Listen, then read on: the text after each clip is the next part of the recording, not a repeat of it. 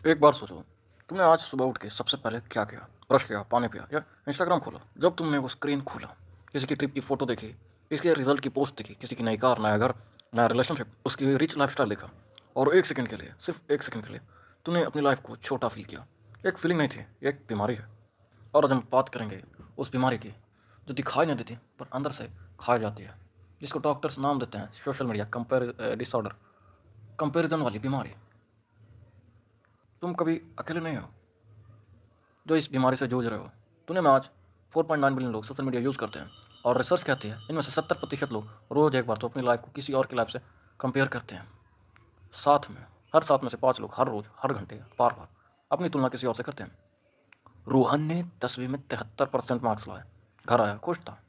जब तक तब तक जब तक उसने व्हाट्सएप पे शर्मा जी के रिजल्ट का बखान में देखा, उसके 92% आए थे और उस एक नंबर ने रोहन की खुशी चोरी कर ली। और उसी पल से 73% से 92% का कंपैरिजन होने लगा। अपने आप से नहीं, शर्मा जी के बेटे से। तुमने कभी किसी और की ज़िंदगी अपनी ज़िंदगी से ज़्यादा देखी है? यही तो प्रॉब्लम है, हम अपनी ज़िंदगी जीते नहीं हैं, हम दूसरों की ज़िंदगी जज करते हैं और फिर अपनी ज़िंदगी को गिल्टी फील करवाते हैं। आज का यह वीडियो सिर्फ मोटिवेशनल स्पीच नहीं है, ये एक साइकोलॉजिकल जर्नी है। हम समझेंगे क्यों होता ही है, क्या होता है ब्रेन में और कैसे इस बीमारी से निकलते हैं बाहर।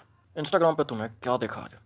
किसी का बीच वैकेशन, कोई जिम में ट्रांसफॉर्म हो रहा है, किसी का पैसे देखे, किसी का परफेक्ट रिलेशनशिप। पर तूने जो नहीं देखा, वो बीच वैकेशन लोन पे गया था।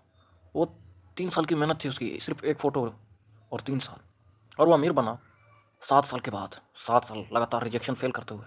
और वो परफेक्ट कपल रील के 2 घंटे बाद उनका ब्रेकअप हो गया। तुम रियल लाइफ से कंपेयर नहीं कर रहे हो, तुम सिर्फ रील एडिटेड हाईलाइटेड रील से अपनी लाइफ को कंपेयर कर रहे हो।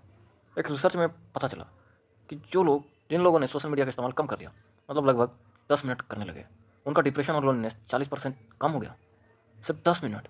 पर यह काम शर्मा जी का बेटे ने आईआईटी क्रैक कर लिया, रिक्शा वाले का बेटा यूपीएससी बन, मेहता जी की बेटी डॉक्टर बन गई, गुप्ता अंकल का लड़का विदेश चला गया, उसका 40 लाख का पैकेज लगा है, 40 लाख। और तुम वहाँ बैठो अपनी प्लेट में दाल रोटी खाते साइलेंटली सोच रहे हो मैं कब करूँगा ये। लेकिन क्या तुमने कभी सोचा है शर्मा जी का बेटा हर रात 2 बजे तक पढ़ता है और कभी उसका कोई दोस्त ही नहीं बन पाया। मेहता जी की बेटी जो मेडिसिन में कोई इंटरेस्ट नहीं था पर उन्होंने पेरेंट्स की खुशी के लिए उसको चुना। गुप्ता अंकल का लड़का विदेश में अकेला रोता है और घर की याद में नींद नहीं आती उसे। सक्सेस दिखाई देती है बट स्ट्रगल कोई नहीं देखता। वो आईएएस बना क्योंकि उसके पास कोई और चारा नहीं है। जो शुरू से उसकी कठिनाइयाँ मालूम था, कितनी रात घिसा वो, तब वो बना। कंपेरिजन सिर्फ तुम्हारे फ्रेंड से नहीं होती है, तुम्हारे ही घर में शुरू होता है। और वो बीमारी इतनी गहरी होती है कि तुम बड़े होकर भी उसी से छुटकारा नहीं पा सकते। पर ये सिर्फ इंडियन प्रॉब्लम नहीं है, एक एंसेंट ये वायरिंग बहुत पुरानी है और उसका आगे बताऊंगा मैं। न्यूरो साइंस एक शॉकिंग बात बताती है। जब तुम किसी से अपनी कंपेरिजन करते हो और तुम हारते हो, ब्रेन में वही एरिया एक्टिवेट होता है जो फिजिकल पेन में एक्टिवेट होता है। कंपेरिजन लिटरली दर्द देता है, फिजिकल दर्द। और जब हम जीते हैं और उसी कंपेरिजन में जीने लगते हो, ब्रेन डोपामिन रिलीज करता है, वही केमिकल जो ड्रग्स से आता है जीतने पर। इसलिए कंपेरिजन एक एडिक्शन है, एक ड्रग है। जीतने का रश चाहिए इसलिए तुम बार बार कंपेयर करते हो। हारते हो तो वो ज़्यादा कंपेयर करते हो क्योंकि ब्रेन पेन से निकलना चाहता है। जीते हो तो और करते हो क्योंकि रश चाहिए। तुम एक लूप में फंस गए हो और इस लूप का नाम है सोशल कंपेरिजन। उन्होंने कहा तुम को ऐसे बनाया कि वो एवोल्यूट करते हैं खुद को दूसरों से कंपेयर करके। इस सर्वाइवल मैकेनिज्म था। पहले के ज़माने में दूसरों को देख के सीखना ज़रूरी था, पर आज आज तुम जंगल में नहीं हो, तुम इंस्टाग्राम पे हो। आज तुम्हारा ब्रेन अभी भी उसी पुरानी वायरिंग पे चल रहा है। सिर्फ आज कंपेयर करने के लिए 8 बिलियन लोग हैं, 24 घंटे हर सेकंड, रात के 2 बजे। अब यहाँ एक सवाल आता है, अगर ये ह्यूमन नेचर है तो क्या ग्रेट लोगों ने भी ये चीज़ फील की है? क्या अर्जुन ने, क्या कर्ण ने? आगे बताता हूँ। महाभारत में एक कैरेक्टर है जिसको मैं कंपेरिजन का सबसे बड़ा विक्टिम मानता हूँ, कर्ण। सूर्यपुत्र कर्ण, महान योद्धा, बहुत ही नेक, बहुत ही दयालु। लेकिन पूरी ज़िंदगी एक सवाल के साथ उसकी पूरी ज़िंदगी बीती, अर्जुन से बेहतर है या नहीं। सोचो, जब कर्ण पहली बार हस्तिनापुर आया होगा, अपनी कला का प्रदर्शन कर रहा, उसने अर्जुन की हर चीज़ कॉपी की, वही टेक्निक्स, वही स्टंट्स। क्यों? क्योंकि अर्जुन स्टैंडर्ड था, अर्जुन बेंचमार्क था। और जब कृपाचार्य ने पूछा कौन है तू, कुल क्या है, कर्ण के पास कोई जवाब नहीं था। वो सूतपुत्र था, क्षत्रिय नहीं। और उस एक कंपेरिजन ने उसे बार बार तोड़ा। कर्ण अर्जुन से बेहतर था कई मामलों में, पर वो कभी कर्ण नहीं बना, वो हमेशा अर्जुन का सब्स्टिट्यूट बना। अपनी ही नज़रों में वो अर्जुन का सब्स्टिट्यूट बना। और वही कंपेरिजन ने उसे ट्रेजेडी में डाल दिया। दुर्योधन का साथ लिया सिर्फ इसलिए कि अर्जुन के खिलाफ खड़े रहने का मौका मिले, कुरुक्षेत्र में लड़े, सिर्फ इसलिए कि प्रूव करना था कि वो अर्जुन से कम नहीं है। कर्ण की डेथ अर्जुन के तीर से नहीं, कंपेरिजन से हुई। और तुम भी अपनी ज़िंदगी कर्ण की तरह जी रहे हो, किसी और के स्टैंडर्ड को बेंचमार्क मान के, अपनी खुद की वैल्यू भूल के। तुम जहाँ हो अच्छे हो। और अर्जुन भी फ्री नहीं था कंपेरिजन से। कुरुक्षेत्र में जब अर्जुन ने अपने सामने भीष्म, द्रोण, अपने खानदान के लोगों को देखा तो रुक गया, गांडीव छोड़ा। ये लोग मुझसे बेहतर है। एक गुरु है जिससे मैंने सीखा कैसे मार सकता हूँ मैंने। एक अमर है। एक कंपेरिजन का एक रूप था, सिक्योरिटी कॉम्प्लेक्स का सामना। अर्जुन अपने आप को उनके योग्य नहीं समझ रहा था। और तब कृष्ण ने कहा, गीता का पहला श्लोक है, कृष्ण ने उनको किसी से कंपेयर नहीं किया। कृष्ण ने उसे याद दिलाया, तुम कौन हो, अपने समधर्म को जानो, दूसरों का ऊपर मत ध्यान दो। तुम अर्जुन हो जो कर्ण से कंपेयर कर रहा है, या भीष्म से, या किसी इंस्टाग्राम इन्फ्लुएंसर से। वो जहाँ पहुँचे उन्हें बहुत मेहनत लगी है, तुम भी मेहनत करो। तुम्हारा लेवल और उसका लेवल अलग है, पर तुम कंपेयर कर रहे हो। तुम कौन हो ये पहले जान लो। एक और स्टोरी हनुमान जी की। हनुमान में एक जगह आता है जब सुग्रीव के साथ रह के हनुमान जी भूल गए थे कि उनके पास कितनी शक्तियाँ हैं। दूसरों को पीछे रह के कंपेयर करने लगे, वो छोटे फील करने लगे। जब जमन ने कहा, हनुमान तू जानता है अपनी अपनी शक्ति को जानता ही नहीं है, तुझे अपनी शक्तियाँ याद दिलानी पड़ेगी। तब हनुमान जी को अपनी असली स्ट्रेंथ याद आई। वो लंका लांग गए अकेले। कंपेरिजन तुम्हें भुला देती है कि तुम एक्चुअली कितने पावरफुल हो। अल्बर्ट आइंस्टाइन ने 4 साल तक बोलना नहीं सीखा। स्कूल में टीचर ने उन्हें मेंटली स्लो बताया। दुनिया ने आइंस्टाइन को कंपेयर किया नॉर्मल स्टूडेंट से, और वो फेल हुए। पर आइंस्टाइन ने क्या किया, उन्होंने एक बार कहा, imagination is more important than knowledge. उन्होंने दुनिया का स्टैंडर्ड को बेंचमार्क नहीं माना, उन्होंने अपना खुद का स्टैंडर्ड बनाया। 1905 में एक ही साल में 4 पेपर पब्लिश किए फिजिक्स को। फिजिक्स पूरी तरह से बदल गया। इज इक्वल टू MC² की कॉपी पूरी दुनिया में फैलने लगी। वो आइंस्टाइन की थी। जिस दिन तुम अपने कंपेरिजन बंद कर देते हो और अपना काम करते हो, उसी दिन तुम्हारा आइंस्टाइन मोमेंट शुरू होता है। अब्राहम लिंकन, बार बार हारना, बार बार हारना। उनकी ज़िंदगी कंपेरिजन से नहीं बनी, हारने से बनी।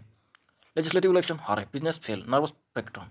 कांग्रेस इलेक्शन हारे, कांग्रेस से हटाए गए, बार बार हारे, लेकिन आखिरकार 1860 में यूएसए के प्रेसिडेंट बन गए। अब्राहम लिंकन 28 साल में अपने कंपेरिजन किसी सक्सेसफुल पॉलिटिशियन से करते तो वो टूट कर बिखर के रह जाते किसी कोने। उन्होंने नहीं किया, वो बस अपने आप से कम्पीट करते रहे। 28 साल समझो वो बंदा कितनी बार हारा है। कंपेरिजन है ना दुनिया का सबसे बड़ा चोर है। ये तुम्हारा वास्तव चुरा लेता है, तुम्हारा प्रेजेंट चुरा लेता है, और ये चुरा करके तुम्हें किसी और की टाइमलाइन में रहने पर मजबूर कर देता है। निकोला टेस्ला जीनियस, शायद दुनिया का सबसे अंडररेटेड साइंटिस्ट। एडिसन के साथ काम किया, पर एडिसन ने टेस्ला को सही क्रेडिट नहीं दिया। टेस्ला ने अपने आप की कंपैरिजन एडिसन से की, और जब रिजल्ट मैच नहीं हुए वो खत्म हो गए, ब्रोक हो गए, अलोन, फर्क भूल दिए गए। एडिसन बिजनेसमैन था, टेस्ला ड्रीमर था।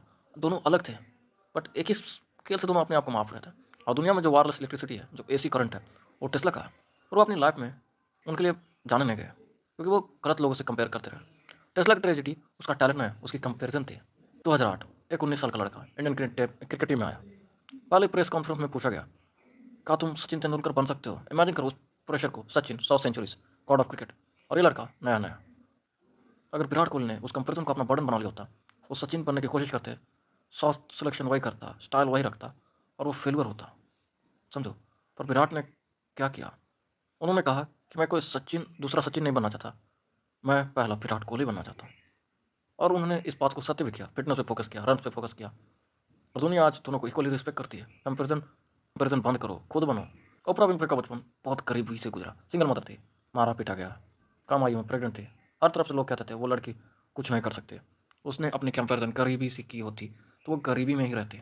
उसने अपनी कंपेरिजन अगर सोचा होता कि मारपीट हुई तो आज विक्टिम बनी रहती। उन्होंने क्या किया, उन्होंने खुद से ये पूछा, मुझे क्या खुशी मिलती है, मेरा क्या काम है? स्टोरी टेलिंग, लोगों से कनेक्शन, और उन्होंने वही किया। आज ओपरा विन बिलियनियर है, पर उसकी स्टोरी कंपेरिजन की स्टोरी नहीं है। जो लोग सबसे कामयाब होते हैं वो दूसरों से कंपेयर करना बंद कर देते हैं। वो अपने आप से कंपेरिजन करते हैं, कल का आज से, कि वो कितना ज़्यादा इंप्रूव है।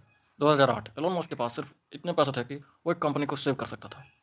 टेस्ला फेल हो रही थी, स्पेसएक्स फेल, डिप्रेशन, डाइवोर्स, दुनिया का मजाक। लोग कहते थे देखो चेहरे पे जॉस पढ़ने चला, बिल गेट्स बनना चला, बेवकूफ़ कहीं का। मस्क ने क्या किया, उसने कहा उनका पाथ उनका है, मेरा पाथ अलग है। तो भी बाकी बचा कुचा पैसा था सब लगा दिया, और आज स्पेसएक्स ह्यूमंस को मार्स पे भेजना चाहती है। एक कंपेरिजन से नहीं आता ये सब क्लैरिटी से आता। अगर तुम नारुतो को जानते हो तो तुम समझते हो, नारुतो उज़ुमाकी, अनाथ, सबसे कमज़ोर गेनिन, क्लास में लास्ट, पढ़ने में जाहिल। सास्के से कंपेरिजन होता था उसका, सास्के साकुरा से कंपेयर होता था, नदी से कंपेरिजन होता था। हर कोई कहता था नारुतो फेल हो जाएगा, फेलुअर है वो। और नारुतो ने एक चीज़ की जो लोगों ने एक्सपेक्ट नहीं की थी, उसने कंपेरिजन को मोटिवेशन बनाया, इंसल्ट को फ्यूल की तरह इस्तेमाल किया। वो रोया, वो टूटा, अकेला, और उसने काम नहीं छोड़ा। और उसकी बात इंग्लिश में ज़्यादा अच्छी लगती है। I am not gonna run away, I never go back on my words, that's my ninja way. और फाइनली वो काके बना पूरे विलेज का।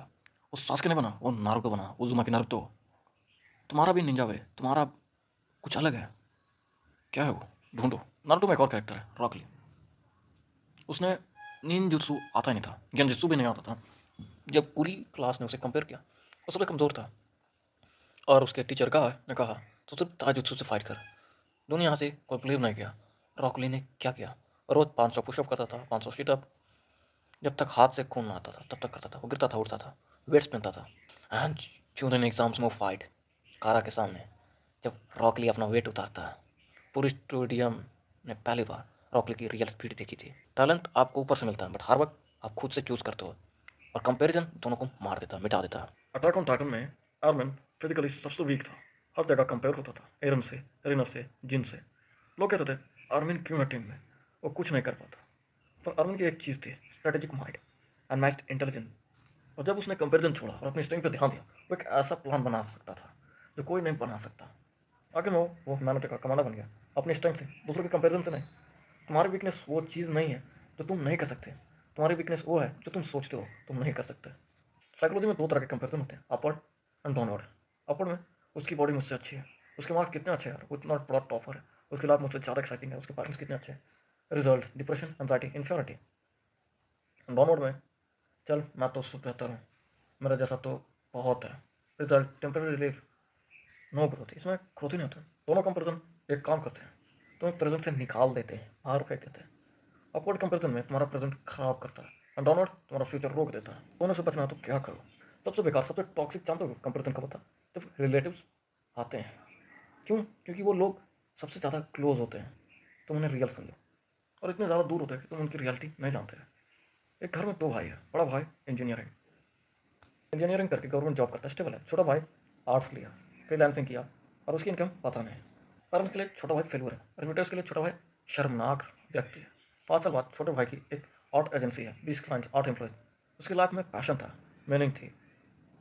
बड़े भाई के पास सिक्योरिटी है पर खुशियाँ नहीं है। कंपेरिजन सिर्फ गलत ही नहीं होता, वो आधी होती है, वो फ्यूचर नहीं देख सकती, अंधी होती है कंपैरिजन। जब तुम इंस्टाग्राम स्क्रॉल करते हो हर फोटो से तुरंत एक माइक्रो कंपैरिजन करता है 0.3 सेकंड में। कॉन्शियसली नहीं है, ये ऑटोमेटिक हो गया आजकल। ये मुझसे बेहतर है, कॉर्टिसोल बढ़ता है, स्ट्रेस हार्मोन बढ़ता है। ये मुझसे खराब है, डोपामिन हिट होता है। तो तुम स्क्रॉल करते हो ना, क्योंकि ब्रेन को स्टेबल फीलिंग नहीं बना पाता। स्लॉट मशीन है, कभी रिवॉर्ड तो कभी गुस्सा, कभी एडिक्शन, कभी कुछ और। एक स्टडी में कॉलेज स्टूडेंट को 2 वीक के लिए सोशल मीडिया बंद करने को कहा गया। रिजल्ट, एनजाइटी खत्म होने लगी बहुत ज़्यादा, लाइफ सेटिस्फैक्शन भी बढ़ने लगा 15%, प्रोडक्टिविटी फोकस बहुत तेज़ी से बढ़ा, सिर्फ 2 वीक्स। तुम्हारा फ़ोन तुम्हें कनेक्ट नहीं करता, वो तुम्हें कंपेयर करता, और कंपेरिजन तुम्हें डिस्कनेक्ट करता है खुद से। मैं तुम्हें कह रहा हूँ, तुम सुबह उठते हो और पहले किसी और की लाइफ देखते हो। तुम खाना खाते हो और सोचते हो कि वो कितना फिट है यार। तुम पढ़ाई करते हो और डरते हो कि शर्मा जी का बेटा मुझसे ज़्यादा पढ़ाई कर रहा है। तुम सपना देखते हो और खुद ही तोड़ देते हो। किसी ने नहीं किया, ये मुझसे नहीं होगा, किसी ने आज तक किया ही नहीं। ये तुम नहीं हो, ये तुम्हारी बीमारी है। और ये बीमारी में तुमसे क्या छीना? तुम्हारी वो शांत सुबह जब तुम चाय पीते थे बिना किसी को कंपेयर करते, वो कॉन्फिडेंस जो तुम्हारे अंदर था जब तुम 8 साल के थे और कुछ भी ट्राई करते थे, माउंटेन ड्यू, टर्की, वो क्रिएटिविटी जब तब भी तुम्हारे अंदर थी, जब तुम ये भी नहीं जानते कूल क्या होता। वो तुम्हारी खुशियाँ किसी अचीवमेंट बनाए, या तुम कुछ भी करते थे, भटकते रहते थे, दौड़ते रहते थे, तभी तुम खुश रहते हो। बट आज सब कुछ है पर तुम खुश नहीं हो। कंपेरिजन में तुम्हारी ज़िंदगी नहीं ले, उसने तुम्हारा प्रेजेंट हर बार हर दिन सब खत्म कर दिया। तुम कब लास्ट टाइम अपनी ज़िंदगी से जनरली खुश थे, विदाउट चेकिंग एनीवन एल्स, बिना कंपेरिजन किए? बस तुम और तुम्हारा मोमेंट याद है, वो फुल है प्रेजेंट अपना, बिना किसी से तुलना किए। करना सब कुछ गलत नहीं किया, बहुत बहादुर था, बहुत नेक आदमी था, बहुत ताकतवर था। उसकी सिर्फ एक ही गलती थी, उसने अपनी वैल्यू किसी और के स्केल पे मापी। नारुतो ने सासके से बेहतर बनने की कोशिश नहीं की, उसने खुद से बेहतर बनने की कोशिश की रोज़। विराट ने सचिन नहीं बनने की कोशिश की, वो पहले विराट बना। और यही तुम्हें भी करना है। पहली चीज़ जो तुम कर सकते हो इस कंपेरिजन वाली बीमारी को ख़त्म करने को, अपना बोर्ड बनाओ, स्कोर बोर्ड बनाओ। मैं कल से आज कहाँ पहुँचा हूँ, तुम अपना खुद का स्कोर बोर्ड बनाओ यार, तुम अपना लेवल अप कर रहे हो कि नहीं। दूसरा, सोशल मीडिया ऑडिट। इंस्टाग्राम पे अकाउंट्स को चुनो, अगर तुम इसे बंद नहीं कर सकते तो ऐसे अकाउंट्स को फॉलो करो देखो तुम्हें इंस्पायर कर रहे हैं या इनसिक्योर कर रहे हैं। जो इनसिक्योर कर रहे हैं उनको अनफॉलो मार दो, बिना तुम फटाक से टप, कहानी खत्म। तीसरा है, तुम देखो कि तुम्हें ये कंपेरिजन वाली कहाँ बीमारी आती है। रिजल्ट से, जब फैमिली फ्रेंड्स कहाँ गैदरिंग में कोई सोशल मीडिया पे, कोई न्यूज़ पे, ट्रिगर को आइडेंटिफाई करो और उसे एकदम ख़त्म कर दो जड़ से। मैं कंपेयर कर रहा हूँ, मेरा ब्रेन ये कर रहा है, ये ऑटोमेटिक है, पर मैं चूज़ नहीं करता। तो है ग्रैटिट्यूड। कुछ भी कहो यार, मेरे पास एक दोस्त है जो जेन्युइन है, सच्चा। मेरे पास एक चीज़ है जिसमें मैं नेचुरली टैलेंटेड हूँ। मेरे पास एक घर है तुम्हारे पास। कई लोग रास्ते पे रहते हैं, हमारे पास खाने के लिए खाना, पहनने के लिए कपड़े। ये साइकोलॉजी है, मैजिक नहीं है। यह सबसे इंपॉर्टेंट स्टेप है, 5वां स्टेप। अपने लिए, अपने वैल्यू के लिए डिफाइन करो। मेरे लिए इनफ क्या है? इनफ पैसा, सक्सेस, रिलेशनशिप। जब तक इनफ डिफाइन नहीं होगा, कंपेरिजन कोई एंड नहीं है। हमेशा कोई बेटर होगा, हमेशा तुमसे कोई ज़्यादा सक्सेसफुल होगा। पर क्या वो तुम्हारा इनफ है या सिर्फ उनका? तुम अपनी ज़िंदगी जी रहे हो, ये तुम्हारा गेम है, उनका गेम अलग है।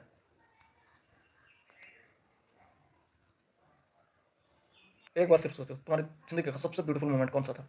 पहली बार साइकिल चलाई थी तब, पहली बार क्रश ने किस किया था तब, पहली बार कुछ बनाया था तब, किसी ने अप्रिशिएट किया था तब। कोई पल जिसमें सिर्फ तुम थे और वो तुम्हारा पल था। क्या उस पल में तुम किसी से कंपेयर कर रहे थे? नहीं। इसलिए वो मोमेंट ब्यूटीफुल था। ज़िंदगी का सबसे खूबसूरत पल वो होते हैं जो तुम पूरी तरह प्रेजेंट होते हो, किसी से तुलना किए बिना, फिल्टर विल्टर के, सिर्फ तुम। और तुम्हारी लाइफ, तुम्हारी स्टोरी है, सिर्फ तुम्हारे। इसके मेन कैरेक्टर भी तुम हो, विलन भी तुम ही हो, रोल भी तुम्हें निभाना। तो दूसरों की चिंता क्यों कर रहे हो? वो सिर्फ साइड कैरेक्टर है, वो चले जाएंगे 1 से 2 दिन बाद गायब। उसकी ज़िंदगी उसकी स्क्रीन पे रहने दो, तेरी ज़िंदगी तेरे दिमाग में आने दो। तेरी डिसीजन, तेरी वैल्यूज़, तेरा इनफ, तेरी कहानी। मैं मेरी ज़िंदगी जी रहा हूँ, किसी और की नहीं। कब और किस चीज़ ने तुम्हें सबसे ज़्यादा कंपेयर फील करवाया और तुमने उस वक्त क्या किया? किसी ने हाइड किया होगा, वजन, पढ़ाई, मार्क्स। मार्क्स तो बहुत ज़्यादा हो गए, अभी 12th का रिजल्ट आने वाला है, देखना तुम्हारा कंपेरिजन होता है। इसे छोड़ो यार, मेहनत करो, पैसे कमाओ। अगर तुम अभी जो रिजल्ट के बाद अभी 2 महीने रहते हैं कॉलेज वाला चूज़ करने में, जाओ पैसे कमा के उसके मुंह पे मारो, कंपेरिजन खत्म। स्किल सीखो। ऐसे करते हुए तुम धीरे धीरे कंपेरिजन वाले तुम्हारे से आज़ाद हो जाओगे।